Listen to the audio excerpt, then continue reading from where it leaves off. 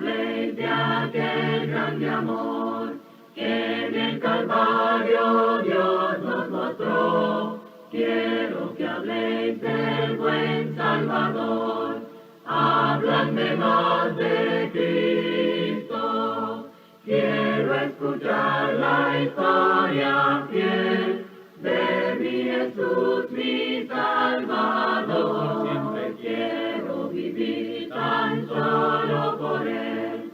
Habladme más de Cristo. Cuando me asalte la tentación y que sus redes tienda mi pie, quiero tener en Él protección. Habladme más de Cristo. Quiero escuchar la historia fiel de mi Jesús, mi Salvador. Siempre quiero vivir tan solo por Él. Habladme más de Cristo. Buenas noches, hermanos y amigos que nos escuchan acá y más allá, ¿verdad? De estos lugares. Que Dios les bendiga a cada uno de ustedes que están conectados. Quiero darle mi saludo especial al amigo Ángel, que está en Puerto Rico y dice que nos está viendo también.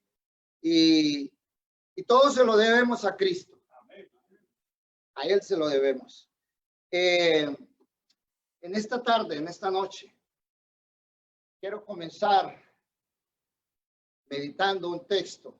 Dice Gálatas 6:7, un texto que me ha llamado mucho la atención al transcurrir del tiempo y en los años.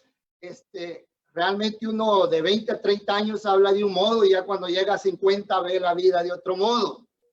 Entonces, Gálatas 6:7 dice que lo que el hombre siembra, eso cosecha. Eso dice Gálatas 6:7. Al final de Gálatas 6:7 es un texto que ha perdurado conmigo por mucho tiempo. Al decir esto, vamos a presentar al hermano Sixto, uno de mis hermanos mayores. Somos 10 en la tribu, somos poquitos.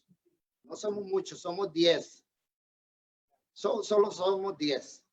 Y este hermano Sixto, déjenme decirles que siendo mi hermano mayor, yo desde pequeño lo miraba allá donde vivíamos y yo lo miraba que él realmente se reunía con los grandes. Sí, agarramos las ideas. No andaba con los pequeños, andaba con los grandes. Y esto me llamó la atención a mí desde entonces hasta el día de hoy. Gálatas 6:7 dice que lo que el hombre siembra, eso cosecha. Sixto tiene 2 varones ejemplares para mí. 2 varones que realmente me orgullece que sean mis sobrinos. Uno de ellos, Wilmer, está casado con esta muchacha también, miembro de la iglesia. Ella es de Colombia. Y el otro, su hijo, Kevin, mi sobrino,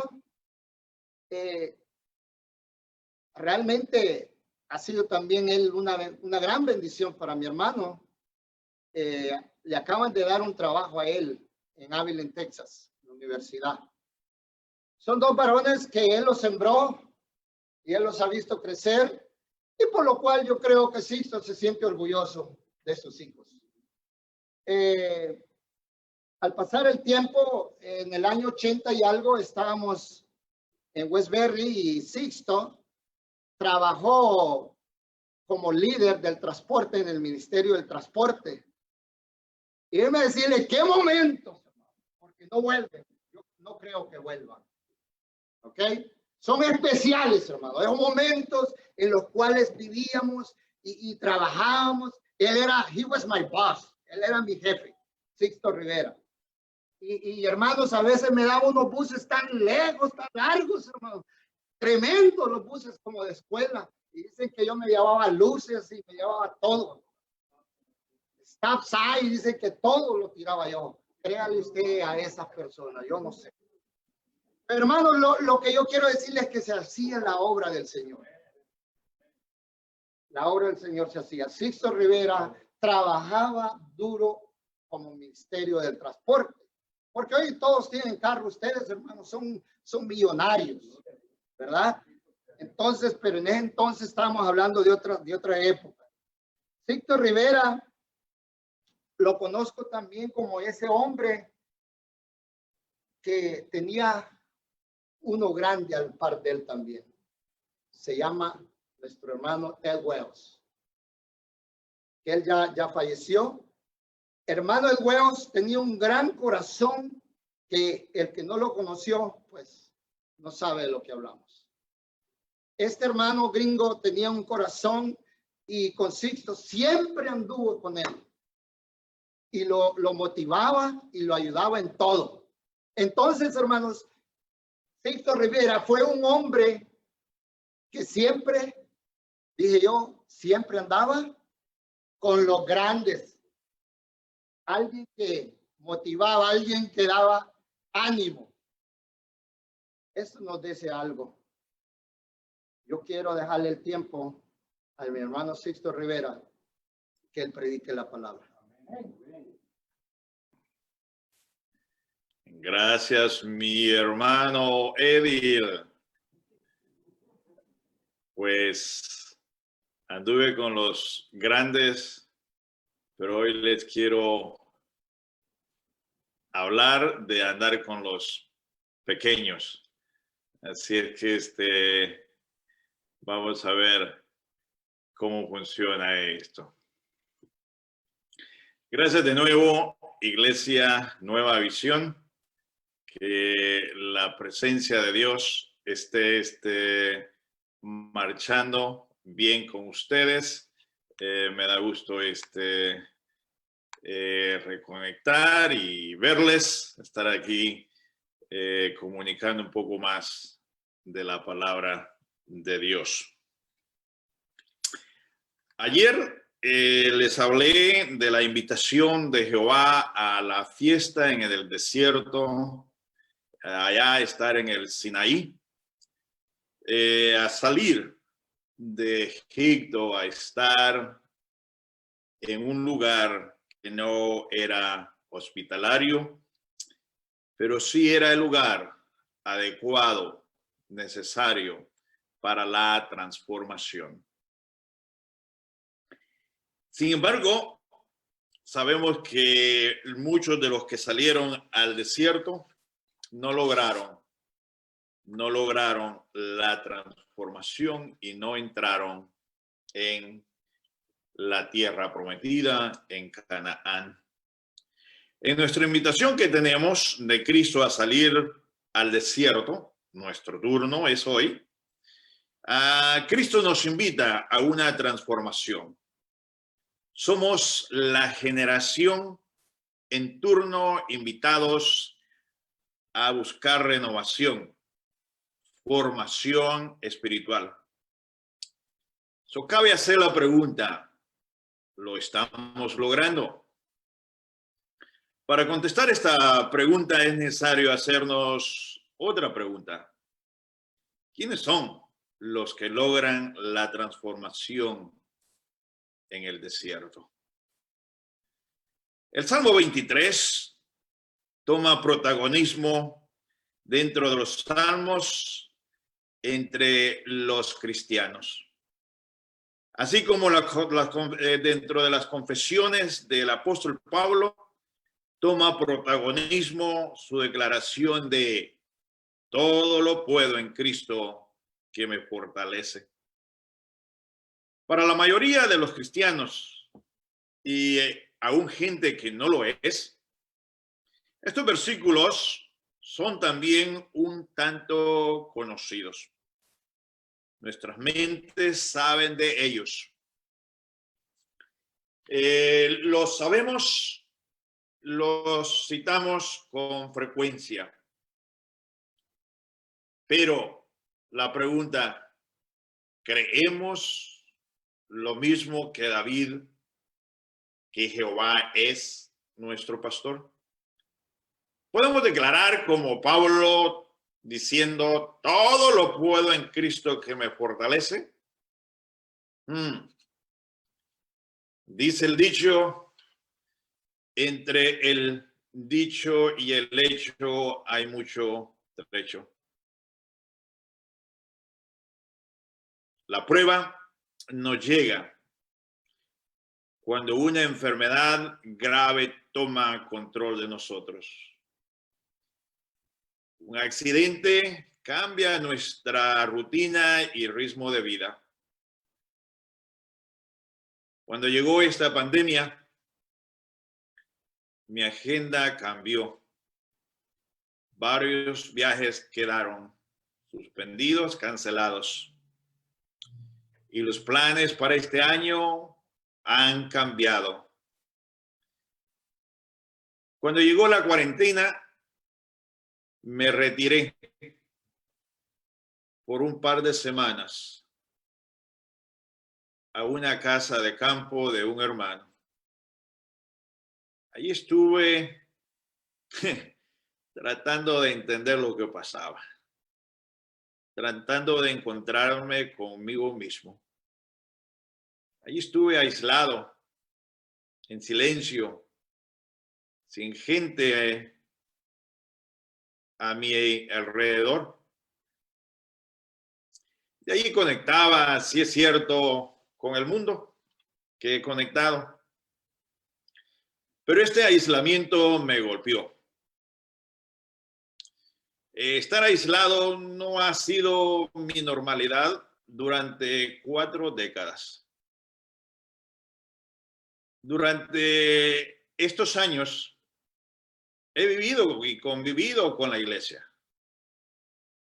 En estos de alrededor de 1000 domingos, solamente he perdido 3 de no haber estado reunido, y ellos por causas mayores. Esto no es normal. Fue demasiado el cambio y demasiado rápido. Yo no podía encontrarme conmigo mismo. Esta nueva forma cotidiana de vida y falta de interacción con la gente me turbó bastante. Sobre ello, el golpe emocional de familias que supe que estaban necesitadas en Venezuela, en Nicaragua, El Salvador, México. Y pensar en ello, que estas personas no tenían que comer o les faltaba lo suficiente para comer y que esto iba a continuar, fue un golpe también muy turbante. Me sentí impotente. Aunque tengo una iglesia que responde generosamente a estas necesidades, hay un límite. No se podría cubrir todo. Pero desde ese momento entendí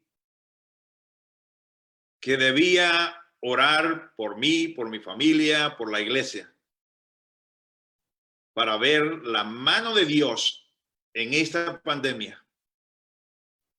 Recordé la confianza de David en Jehová. Hice memoria de la confianza de Pablo en Cristo. Concluí pensando, en esta pandemia, Cristo se hará fuerte. Esto me dio sentido hasta el día de hoy, en esta crisis. Solo la pregunta, ¿a quiénes puede ayudar Dios? Una respuesta sencilla es a los que confían en Él. Pero es demasiado simplificada. ¿Qué toma, pues? Mejor dicho, confiar en Cristo.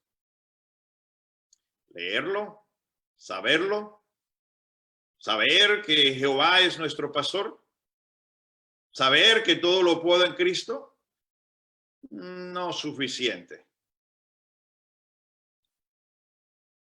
¿Qué es ¿Y cómo es que podemos llegar a decir Jehová es? Déjeme decirle que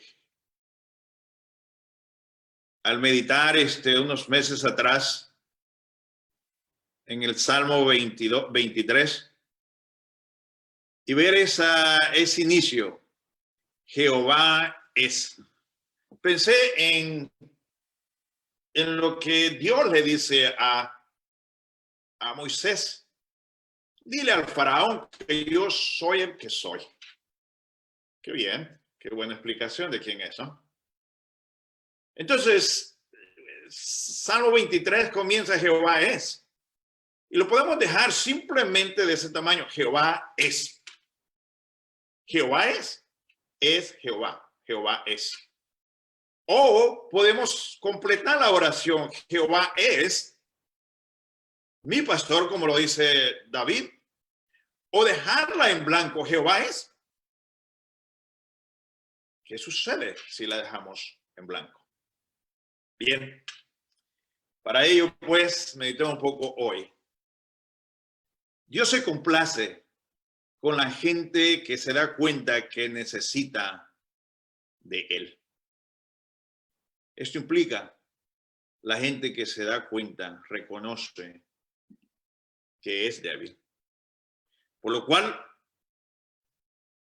quiero hablarles un poco de algunos débiles en la historia de Dios con el ser humano. Teniendo en mente esto, Jehová es mi pastor. Nada me faltará. Por ejemplo, David, quien escribe este salmo, era un débil. David era el octavo de 7 hermanos, o sea, de 8 hermanos, él era el último.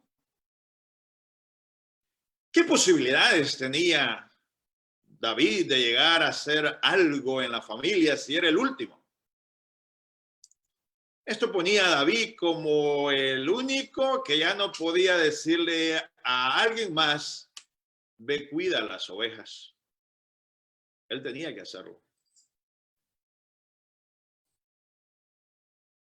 Sus posibilidades no existían en ese grupo. Y por ello terminó siendo el joven pastor. Pero hay algo más que sabemos de David, que David se convirtió en un gran compositor, cantor, y tenemos muchísima de esa composición que él hizo. Y yo me hago una pregunta. Cuando David estaba en el campo pastoreando ovejas, cuando él sacaba el arpa, cuando él sacaba la trompeta, cuando sacaba algún instrumento para cantar, ¿a quién impresionaba? ¿Para quién cantaba?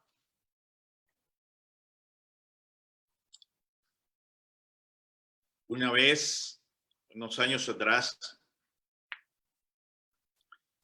fui invitado a predicar en una iglesia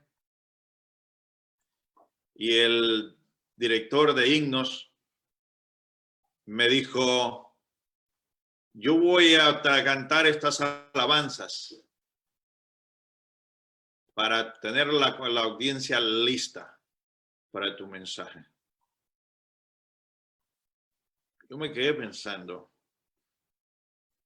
si esa es la razón de los cantos, aquí estamos mal.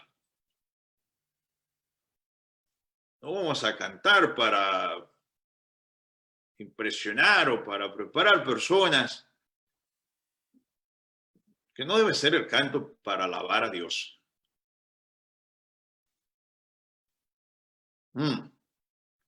¿A quién impresionaba y a quién preparaba David? A Dios. Era para Dios. allí en esa soledad, cuidando ovejas, David llegó a entender el corazón de Dios. Logró conectar. Llegó a darse cuenta que Dios, Jehová, era su pastor, como él era pastor de ovejas y cuidaba de ellas. Jehová cuidaba de él. Pero ¿cómo logró esto? Lo logró precisamente entendiendo el corazón de Dios y sabiendo que él se podía enfrentar ante un oso, ante un león, ante una fiera y defender a aquella oveja, porque el poder de Dios lo habilitaba para hacerlo. Dios lo entrena en ello. David se desarrolla en Jehová. Y entonces viene el momento en que Saúl y su ejército están entre los filisteos. Y allá salía un gran gigante desafiando a David y a su ejército. Envíen a alguien que pelee contra mí. Ni los hermanos de David, ni ninguno del ejército, ni Saúl se atrevieron a enfrentar a este gigante. Sin embargo, David, al escuchar aquel desafío y sin tener experiencia militar, tuvo la certeza que Jehová era su pastor y que lo defendería ante aquel gigante y que lo iba a derrotar. Certeza. Certeza de David, nada de dudas. Y de allí en adelante David se convierte en el gran conquistador. El hombre que venció pueblos, ejércitos y que le puso límites a las naciones vecinas. Nadie podía con él. ¿Eso qué hizo Dios? Sacó de aquel jovencillo menospreciado, abandonado allá en la soledad a cuidar ovejas, y lo hizo un grande. ¿Por qué no hizo grande a los grandes, sus hermanos o alguien más? Porque Dios no podía trabajar con ellos. David le estaba dando su corazón.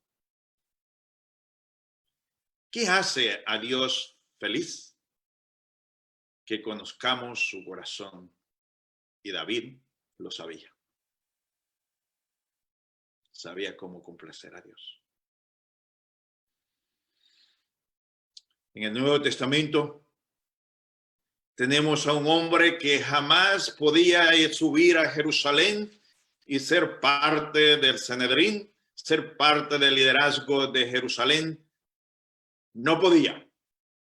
No tenía la educación, no tenía la posibilidad. Un pescador, un limitado en lo académico. Pedro, simplemente un pescador.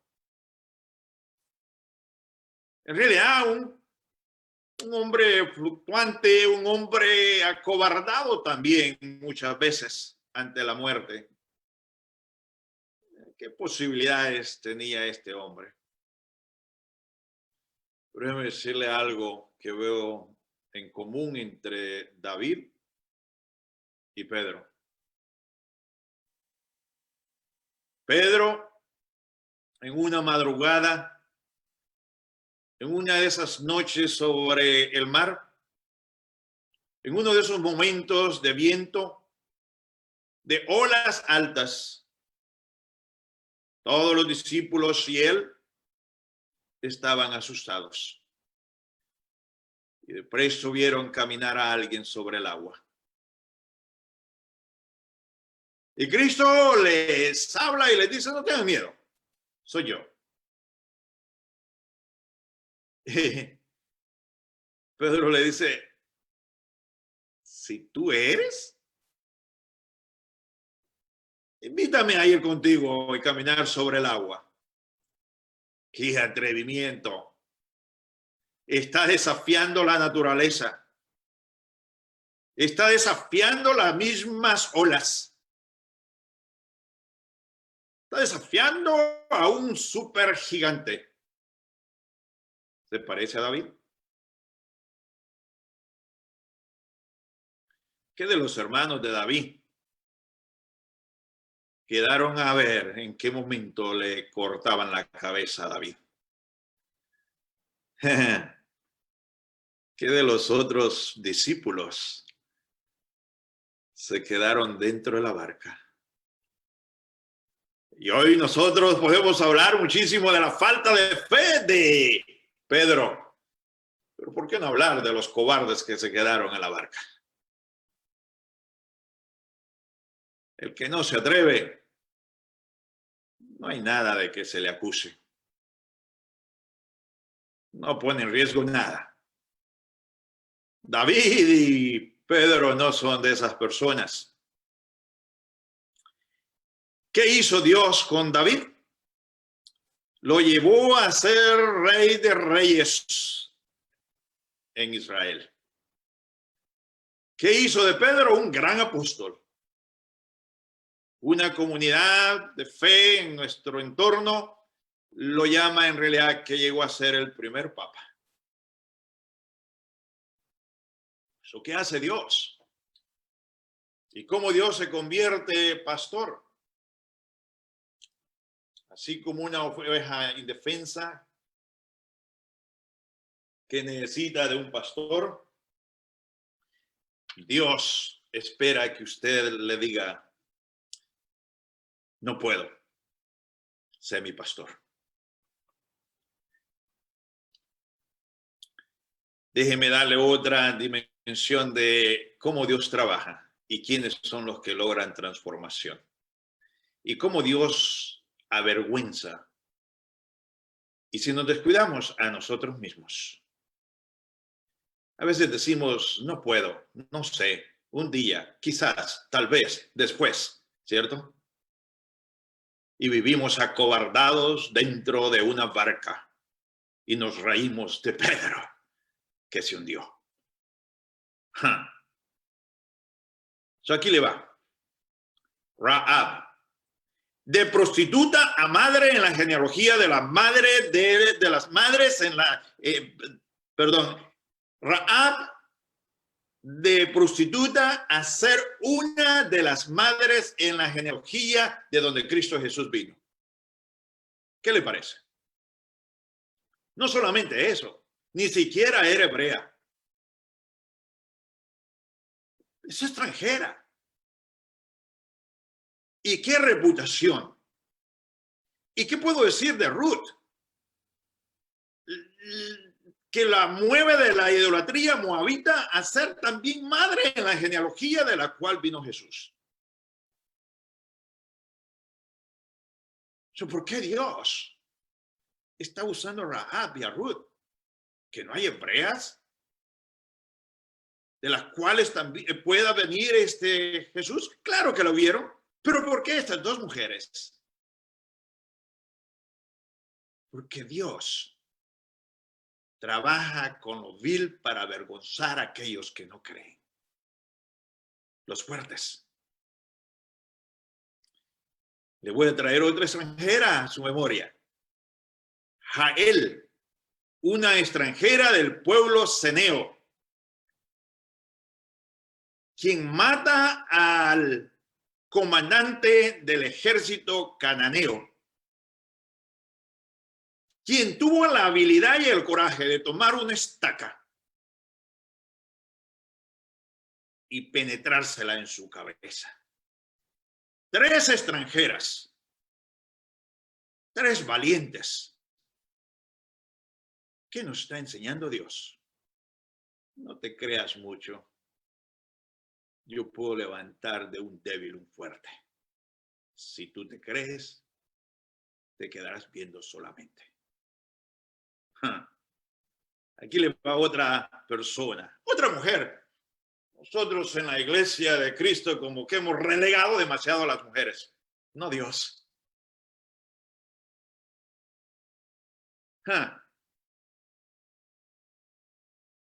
¿Qué le parece a Esther? Huérfana, esclava, en un pueblo sujeto a otro rey. De la tribu de Benjamín. Aquí hay historia bellísima, hermanos.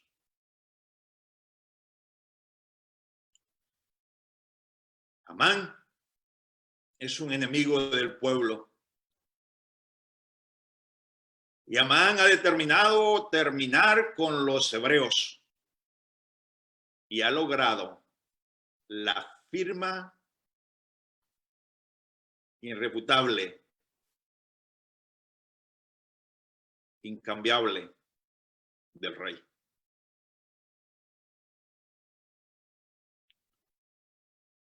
Esther tiene miedo y cree que no puede, pero su tío le dice, si tú no lo haces, alguien más lo va a hacer. Se va a hacer. Déjeme ponerle esto en contexto. Varones, ¿están listos? Espero que no nos dé vergüenza, ¿eh? ¿Sabe usted de dónde venía Amán? Amán, el enemigo, era un amalecita.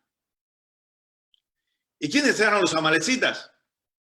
Amalek, el que se opuso en contra de los hebreos cuando ellos viajaban. Y entonces llegó un momento que Dios le dice a Saúl, que también era de la tribu de Benjamín, ve y mata, termina a todos los amalecitas.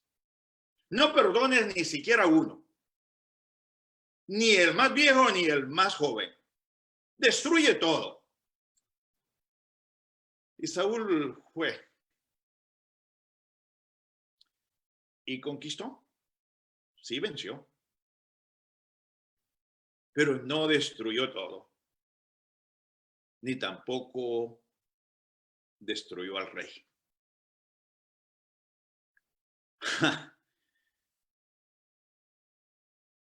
Dígame usted, ¿qué le pasó a Amán?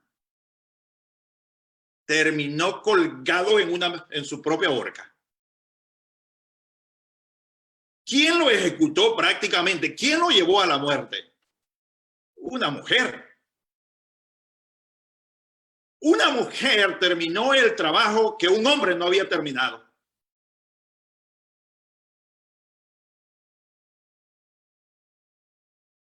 ¿No le parece interesante cómo Dios trabaja? Jehová es. ¿Qué es Jehová para ti? Para David, todo.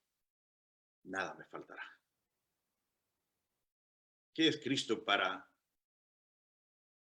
Pablo? Todo lo puedo en Cristo.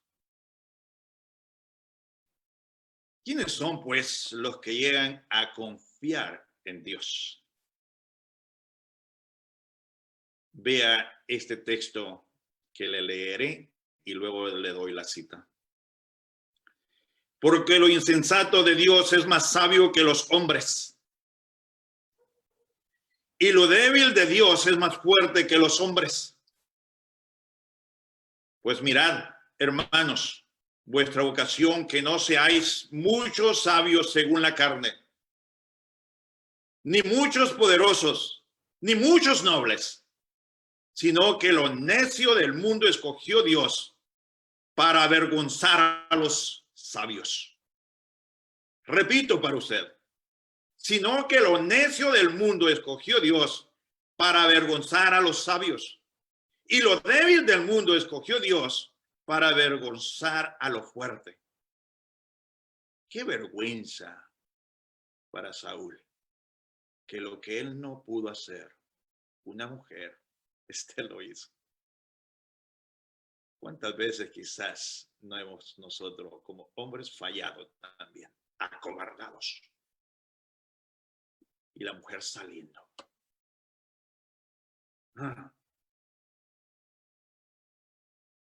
Y lo vil del mundo y lo menospreciado, dice Dios, escogió, Él escogió, y lo que no es para deshacer lo que es, a fin de que nadie se jacte en su presencia. ¿Quiénes son los que tienen éxito? Los que se creen, los fuertes, los elegantes, los pudientes. No, los que reconocen que necesitan a su pastor Jehová. Jehová quiere ser tu pastor, como Cristo te dice, yo soy el buen pastor. Te invita. Dios, Cristo invitan a todo necesitado a ser fuertes. Y si tú crees que no puedes, Cristo te dice, puedes porque yo puedo en ti. Pero note cómo a veces nosotros nos engañamos, ¿sí? Aquí le va algo para meditar también. ¿Ha oído usted personas muy impresionantes con conocimiento bíblico?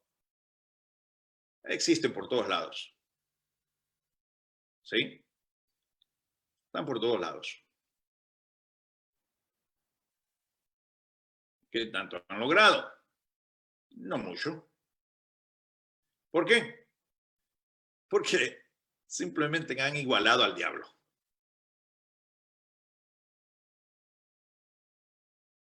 El diablo conoce las escrituras. Hermanos, si nos quedamos simplemente con conocimiento, hemos igualado al diablo. En Santiago capítulo 2, versículo 19, dice que el diablo cree que Dios existe. Cree y tiembla ante él. El diablo conoce las escrituras también. Cuando tienta a Jesús, le dice, haz que estas piedras se conviertan en pan. ¿Por qué? Porque sabe lo que ha hecho allá en el desierto, convirtiendo precisamente piedras que dicen agua y pan y abundancia de carne para los hebreos. Bueno, tú puedes, haz que estas piedras se conviertan en pan. No solo de pan vivirá el hombre, dijo Cristo. Y Satanás regresa y le dice, escrito está también en la Biblia. Así es, está escrito. Está escrito que si te lanzas de acá arriba, va a enviar ángeles. ¿Citó bien la Biblia? Claro que sí. Citar la Biblia, eso cualquiera lo puede hacer. Enfrentarse ante el enemigo es otra cosa, ¿verdad? ¿Qué le parece? Los demonios conocen y creen en Dios. Creen en Dios. Creen en el poder de Dios. Los endemoniados o endemoniado gadareno, cuando Cristo se presenta, le dice, ¿por qué vienes a atormentarnos antes de tiempo? Dos cosas. Tormento y antes de tiempo. ¿Qué sabían? Todo. ¿Sí? Conocen. ¿Ha usted escuchado a personas, hermanos, hermanas? ¿Han escuchado a ustedes personas que han caído de la gracia, que se emborrachan y que andan allá de nuevo como el perro que vuelve a su vómito? Pero esas personas le citan Biblia con ganas. ¿Los has visto? ¿Los has escuchado? Yo me quedo admirado con el conocimiento de esas personas. ¿Conoce usted personas que tienen 20, 30 años de cristianismo y conocen mucha Biblia, pero sus obras no van con lo que saben?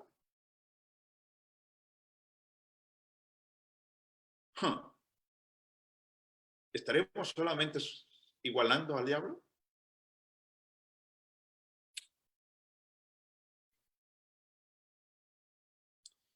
El punto, hermano, es este. Toda persona sabe que Dios existe y que es fuerte, pero pocos se atreven a creerle. Creerle en el término, en la forma de confiar en él. Esa es la diferencia. ¿Lo hacemos nuestro pastor? ¿O simplemente lo dejamos Jehová es? Saber las escrituras es necesario, pero no suficiente. No lo es. Bien.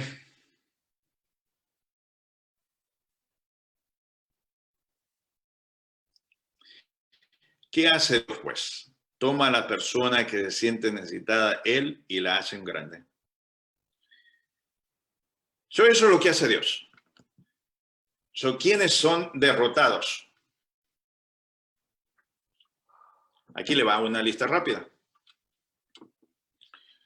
Los derrotados son los que quieren ser grandes, como el ángel mayor, el bellísimo ángel que quiso ser igual a Dios. Esto es considerado el pecado padre, el orgullo, el querer ser grande. Eva, que quiso saber el bien y el mal como Dios. El faraón, que se consideraba un dios. Nabucodonosor, que se creyó un grande, quien termina convertido en bestia. ¿A quién humilla a Dios? Al que cree que no lo necesita. ¿A quién empodera? ¿A quién habilita? Al que reconoce que es débil y lo necesita, como su pastor.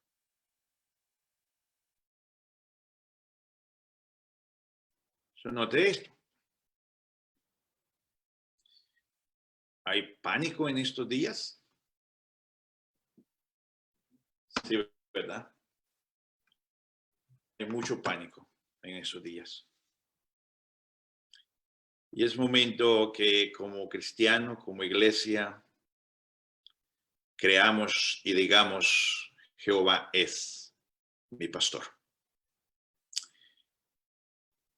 Si la oración está incompleta, Jehová es, bueno, ¿qué es Jehová para ti?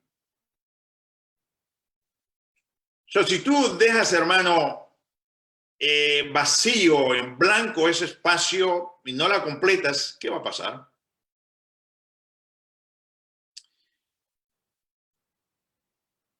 Vas a perder. Pero si la llenas, Jehová es mi pastor. Cristo es mi pastor.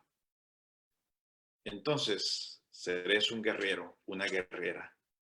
Serás valiente y vas a salir a la batalla con fe y vas a triunfar. Jehová es. ¿Qué es Jehová para ti? ¿Un conocimiento solamente o una confianza en él?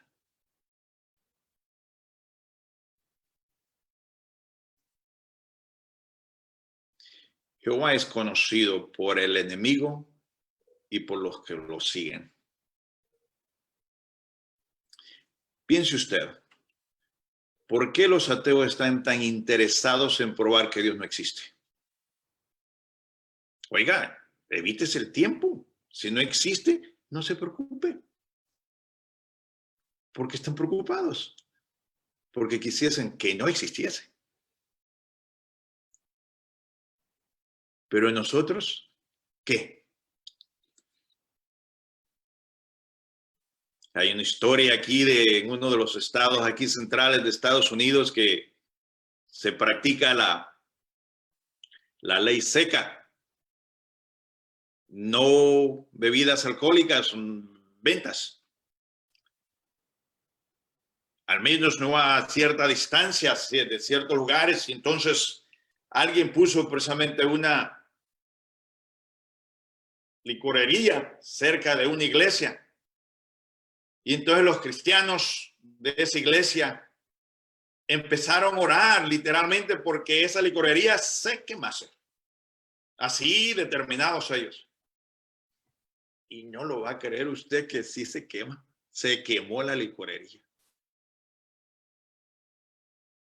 Y entonces fue que se quemó. Los dueños de las licorerías sabían que la iglesia estaba orando para que se quemase. Y entonces los llevó a corte. Y en la corte los que estaban diciendo que no tenía nada que ver con ello. Oiga, ¿cree o no cree? Eso no es.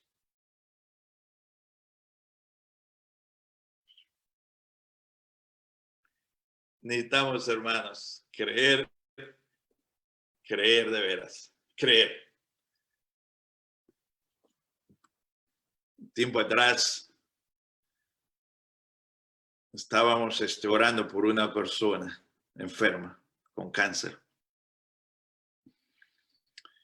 Y alguien dice, no deben de orar de esa forma diciendo que Dios la va a sanar porque no saben si la va a sanar. Dígame usted, si usted no orará para que una persona sane, ¿para qué va a orar? Si no creen que la va a sanar, ¿para qué se molesta en orar?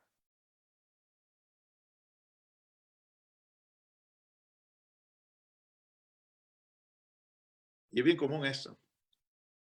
Oramos, pero no creemos.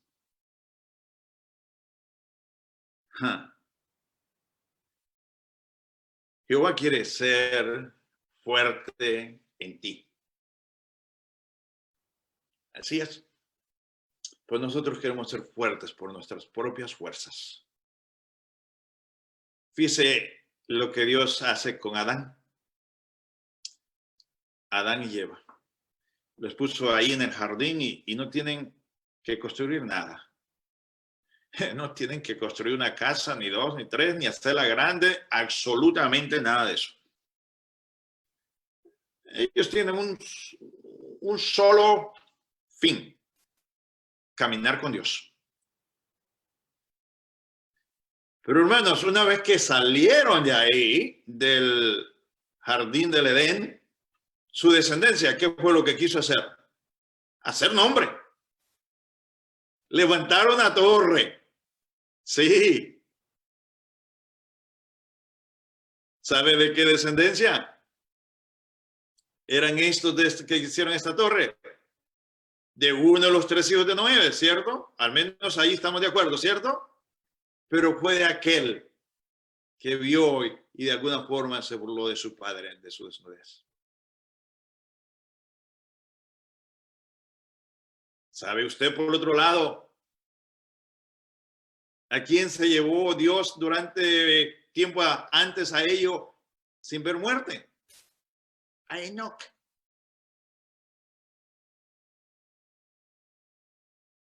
Y cuando yo leo la biografía de Enoc, me quedo preguntando, ¿qué fue lo que hizo Enoc? No construyó un arca, no mató a un egipcio, no sacó a un pueblo de esclavitud, no libró ninguna batalla que yo sepa. Simplemente me dice, Enoc caminó con Dios y un día Dios se lo llevó. Pero trate usted de ver 4 generaciones abajo.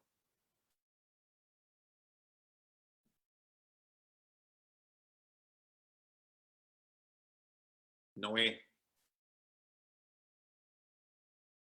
fue el que, por medio de quien Dios permite que el ser humano esté todavía presente.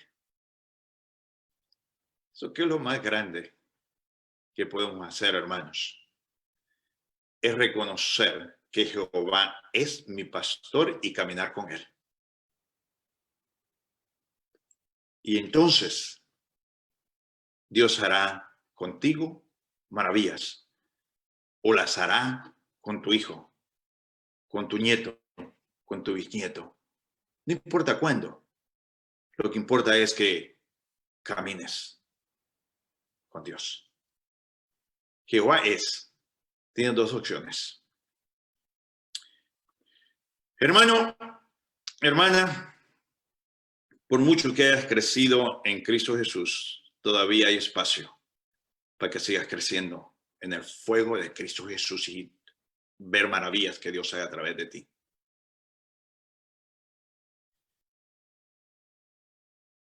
No dejes de escribir el resto de la oración. Jehová es mi pastor. Si no lo escribes, quedará vacío ese espacio y Satanás lo escribirá por ti. Y terminará siendo destruido por él y con él. Jehová quiere ser tu pastor. Cristo te invita a ser su seguidor. ¿Lo crees? ¿Lo aceptas? ¿Lo recibes? Yo te invito a hacerlo. Que Dios te bendiga.